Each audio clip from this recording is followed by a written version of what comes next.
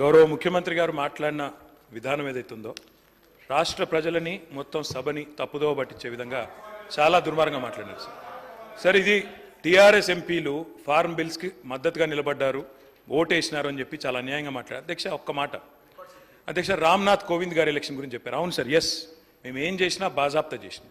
ఒక దళితుడు రాష్ట్రపతి అవుతుండంటే మేము అండగా నిలబడ్డాం, ఎస్, బరాబర్ ఓటేసినాం. ఉపరాష్ట్రపతిగా ఒక తెలుగు బిడ్డ అవుతున్నాడు వెంకయ్య నాయుడు గారు అంటే ఎస్, అండగా నిలబడ్డాం, ఓటేసినాం.